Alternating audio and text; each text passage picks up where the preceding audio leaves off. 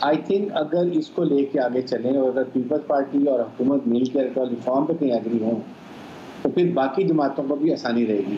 اور ای وی ایم کے لیے سب سے امپورٹنٹ بات ہے کہ اب الیکشن کمیشن پاکستان کو کنوینس کر لیں, پھر ان کو کہیں کہ وہ اب اپوزیشن کو سب کو اس کی ڈیمانسٹریشن خود دیں اور دیکھیں کہاں غلطی ہے. جو ان کا پوائنٹ ہے جی کہ ریموٹ ایریا میں کام نہیں کرے گی, کہاں نہیں کرے گی, الٹرنیٹیو کیا ہوگا, ایوری تھنگ جو ہے تھریڈ اینڈ بیئر اس کو ٹریس آؤٹ کریں. Find all loopholes, find all answers, and when you are 200% sure that it will work, then convince everyone. اور پھر میرے خیال میں زیادہ آسانی ہوگی. لیکن ایک بات ضرور ہے کہ اپوزیشن کو آپ صرف اپوزیشن کا رول کے علاوہ کنسٹرکٹیو رول کرنا چاہیے.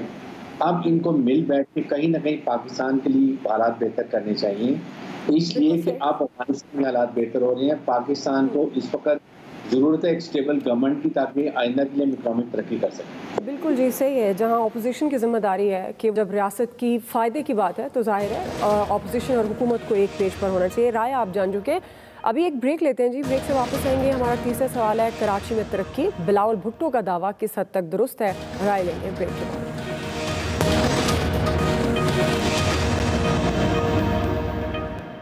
جانتے ہیں کہ ہمارے پاس کم وسائل ہے, وفاق ہمیں اپنا حق نہیں دیتے ہیں, لیکن ہم اپنا محنت سے اس کا مقابلہ کرنے کی کوشش کر رہے ہیں. یہ حکومت عوام کو روزگار دینے کے بجائے عوام سے روزگار چھین رہے ہیں.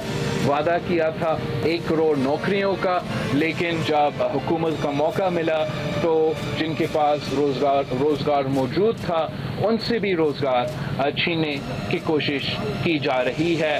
جہاں تک خان صاحب کی بات ہے, خان صاحب اور MQM کولیشن گورنمنٹ میں ہیں.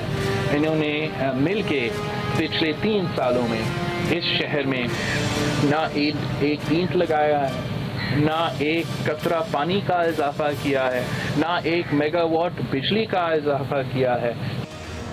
ناظرین, کراچی کی ترقی کے حوالے بلاول بھٹو زرداری کا نیا دعویٰ سامنے آیا. آج انہوں نے کراچی کے مختلف علاقوں کا دورہ کیا, جس کے بعد میڈیا ٹاک میں انہوں نے ایک بار پھر وفاق پر الزام لگایا کہ وفاق سندھ کا حق نہیں دے رہا. تاہم بلاول بھٹو نے یہ دعویٰ کیا کہ کم وسائل کے باوجود صوبائی گورنمنٹ نے کراچی کی ترقی کے لیے بہت کام کیا ہے. 10 سال میں کراچی میں بڑی تبدیلی آئی ہے. اسی حوالے سے ہمارا سوال ہے, فیصل صاحب میں آپ سے آغاز کری ہوں. یہ جو کراچی کی ترقی آپ نے بلاول بھٹو زرداری صاحب کی گفتگو بھی سنی, آپ کے خیال میں بلاول بھٹو کا دعویٰ کس حد تک درست ہے؟ اگر بلاول صاحب کو فریبی کی دنیا میں رہنا چاہتے ہیں تو برعالم اور آپ کیا کر سکتے ہیں. پوری دنیا کہہ رہی ہے کراچی انسانوں کے رہنے کی قابل جگہ نہیں رہا. اب یہ کہہ رہے ہیں کہ ہم نے کراچی کو بڑی ترقی کر دی. یہاں اربوں خربوں روپے سندھ حکومت کے بجٹ میں 13 سال میں ڈکلیئر ہوئے ہیں کہ کراچی میں خرچ ہوئے ہیں. ہزاروں روپے بھی نظر نہیں آتے. پانی فراہمی آپ کے پاس ہے, شکوہ وفاق سے کر رہے ہیں کہ نہیں. 1 قطرہ پانی تو آپ نے نہیں دیا. بہرحال اس پہ آپ جو صورتحال ہے آپ کے سامنے یہ اتنا ہم اور آپ بولتے رہے, کوئی نظر تو آج تک نکلا نہیں ہے. لیکن ظلم جو ہے نا وہ یہ ہے کہ ظالم آدمی کو اس بات کا بھی احساس نہ ہو کہ وہ ظلم کر رہا ہے. یہ سب سے بڑا ظلم ہے. اس شہر کے لوگوں کے ساتھ یہ ظلم ہو رہا ہے. جی بریگیڈیئر صاحب. دیکھیں بات یہ ہے دعا کہ پچھلے 13 سال سے پیپل پارٹی نے اگر کچھ کرنا تو کرنا چاہیے تھا. اب اگلے 10 سال کی جو بات کر رہے ہیں, پہلے ہمیں یہ کہنا چاہیے کہ آپ نے پچھلے 13 سال میں کیا کیا. 5 سال پیٹل گورنمنٹ میں بھی تھی, پھر PMLN تھی, اس وقت بھی انڈرسٹینڈنگ تھی, پھر 3 سال اور گزر گئے. سو 13 سال میں at least not only in Karachi, all of Sindh میں ایک بڑا کلیئر نظر آنا چاہیے تھا کہ پیپل پارٹی نے کتنا اچھا کام کیا. اور پھر آئی ایکسپیکٹڈ کہ بلاول بھٹو ایک ینگ لیڈر ہیں, ایکزوبرنٹ ہیں, اور ان کے آنے سے چینج ہونی چاہیے تھی. لیکن آئی ایم افریڈ ٹو سے کہ وہی چیزیں وہی چل رہی ہیں. تو آئی تھنک لیٹس ہوپ کہ فرق پڑے گا, لیکن ابھی تک مجھے امید بہت کم ہے. صحیح. جی عامر صاحب. سارے لیڈر ہمارے سچے ہیں, کیونکہ آج انہوں نے یہ سمجھ لیا, بتا دیا کہ 5 سال نون نے بھی پیسے دیے, 5 سال پیپلز پارٹی نے بھی سندھ کو پیسے دیے اور 3 سال نہیں دیے. اوکے, یہ سارے سچے ہیں. پیپلز PTI کی 3 سال کی گورنمنٹ کی طرح کہ ساری دودھ شہد کی نہریں ہیں کراچی میں بھی ہیں. یہ صرف اکیلے لیکن سیکیورٹی گارڈز کے ساتھ کراچی میں جائیں اور گھومیں, ذرا لوگوں سے ملیں, تاکہ انہیں کوئی کہے کچھ نہیں، لیکن یہ دیکھیں کہ وہ لوگ کس قسم پرسی میں رہ رہے ہیں، کن کنڈیشنز میں رہ رہے ہیں۔ یہ جو شجر کاری کی مہم پرائم منسٹر بھی کر رہے ہیں، یہ بھی کر رہے ہیں، سلیکٹڈ جگہوں پہ جاتے ہیں، سلیکٹڈ لوگوں کے ساتھ جاتے ہیں، دونوں یہ ایک دوسرے کو جو سلیکٹڈ کہتے پھر رہے ہیں، یہ عام آدمی سے ملیں گے تو انہیں پتہ چلے گا لوگوں کے اوپر گزر کیا رہی ہے۔ جی ایاز صاحب، یہ میرا خیال ہے ہمارے جتنے حکمران ہوتے ہیں نا، یہ سمجھتے ہیں کہ لوگ اندھے ہیں، انہیں سنائی تو دیتا ہے لیکن دکھائی کچھ نہیں دیتا، اور وہ سنائی وہی دیتا ہے جو ہم سنا رہے ہوتے ہیں، جو ہم کہہ رہے ہوتے ہیں۔ آج میں فواد چودھری صاحب کا بھی سن رہا تھا کہ معیشت بہت زیادہ ٹریک پہ آ گئی اور اتنی زیادہ ترقی کر گئی، اسی طرح بلاول، تو مجھے تو آج کے یہ دو سب سے بڑے لطیفے لگے ہیں۔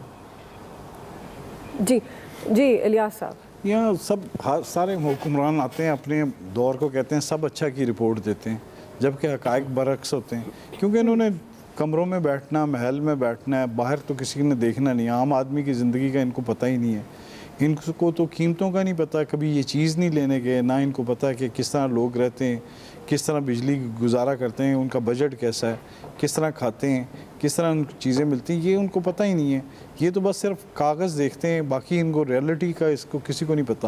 اگر 10 سال میں کراچی میں پیسے لگے ہوتے تو کراچی میں اور حالات ہوتے، یہاں تو اس کے برعکس ہے۔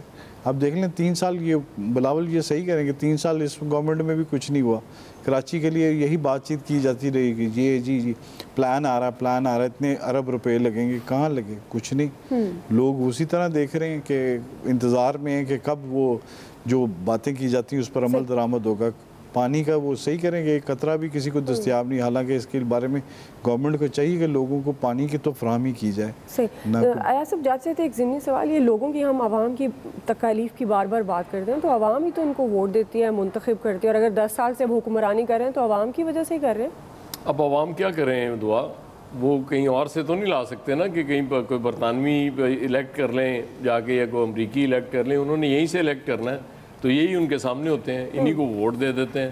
اللہ خیر صلاح، عوام کا کیا قصور ہے بیچاروں۔ ٹھیک ہے، ہم کو بھی بڑھیا ذمہ کرتے ہیں، اور جو ہمارے سیاستدان ہیں ان کو بھی رائے آپ جان چکے ہیں ایکسپرٹس کی۔ آج کے ایکسپرٹس سے اتنا ہی، فیڈ بیک دیجیے گا، خیال رکھیے، اللہ۔